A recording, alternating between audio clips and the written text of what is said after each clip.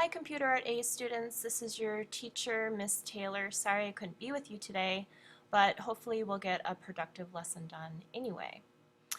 So what we're going to do today is we are going to actually get the photo of you ready. So this will be in place of the boy that you see showcased on the front page. Your photo will go there.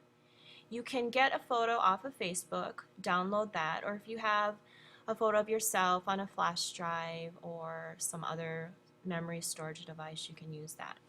I've gone ahead and just downloaded a photo of my two sons on the desktop.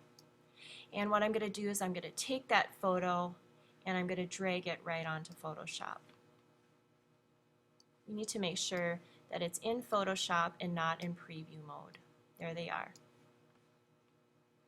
Okay, so what we need to do is we need to select our ourselves.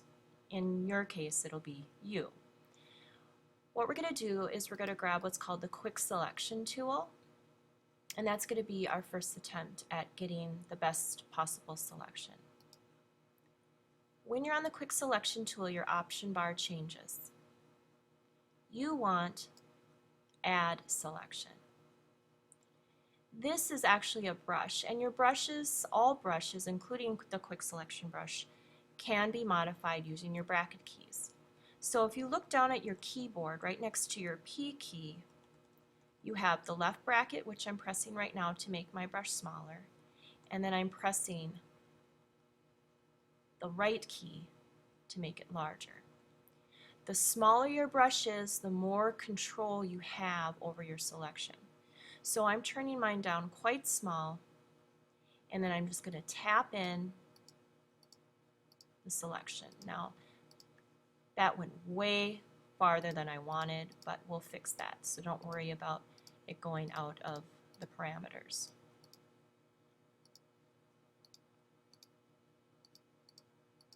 Okay, so get as general as you can. Now, I'm going to take the tool button right next to it. It'll say subtract from selection, and then I'm going to do my best to go ahead and take away the selection that I didn't intend to get in the first place. Not going to be perfect. That's okay. All right, now to get even a more precise selection, we're going to go into what's called quick selection. Quick mask mode. Quick mask mode is a technique that actually masks areas that you want to bring forward or take away. You're going to get there by clicking right here underneath your color swatches. You can also click Q, and that's the shortcut. It'll launch you right into quick mask mode. So right now I'm clicking Q on my keyboard. Your quick mask mode is going to work in conjunction with your brush tool. Your brush tool is 2 buttons down. Now when you're on your brush tool, notice that your option bar changes again. If you click down here, it's going to give you different sizes, but remember it's much easier to use your bracket keys. And then you have the option to change the hardness.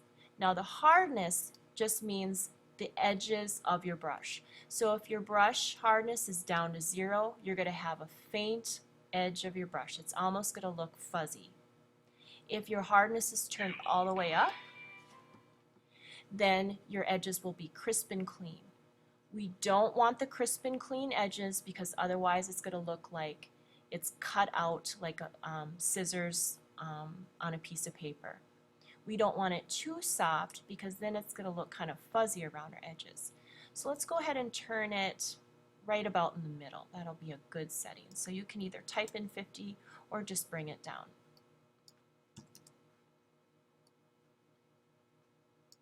Okay, so now I'm going to zoom in so you can see what I'm doing. I'm holding down my space bar so I can kind of navigate. And you'll notice right around Avery's head here, there is some background that I don't want. So I'm going to decrease the size of my brush, and I'm going to paint that away. Now notice that my color right here on my foreground is black. Black creates a selection. So if I go down like this, jump out of quick mask mode, it actually created a selection. If I want to get rid of this selection, I simply just turn it to white. Your X key will also flip back and forth your colors. Now a really skilled graphic designer is going to zoom really far in to see individual pixels and will select as accurately as possible, because that's why they're getting paid the big bucks.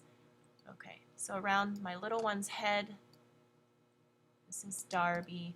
Darby has some selections that we need to get rid of here. We want to get rid of that patch of grass.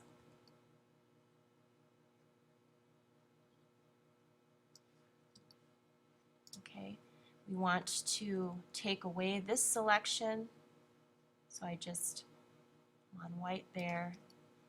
And again, I'm holding my space bar down. I didn't want to do that, so let me go back in history there.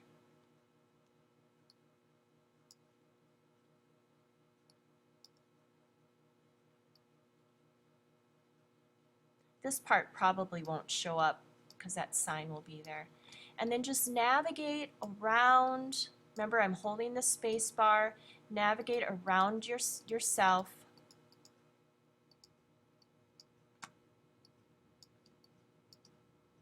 And make sure that your selection is accurate. Okay. Now there I grabbed too much grass. You can see that. Just hit your X key and then go back. And then periodically hit your Q key to make sure that you're not missing anything. I missed that and I didn't see that before. So it's really important that you get out of there and then you jump back in again. Whoops.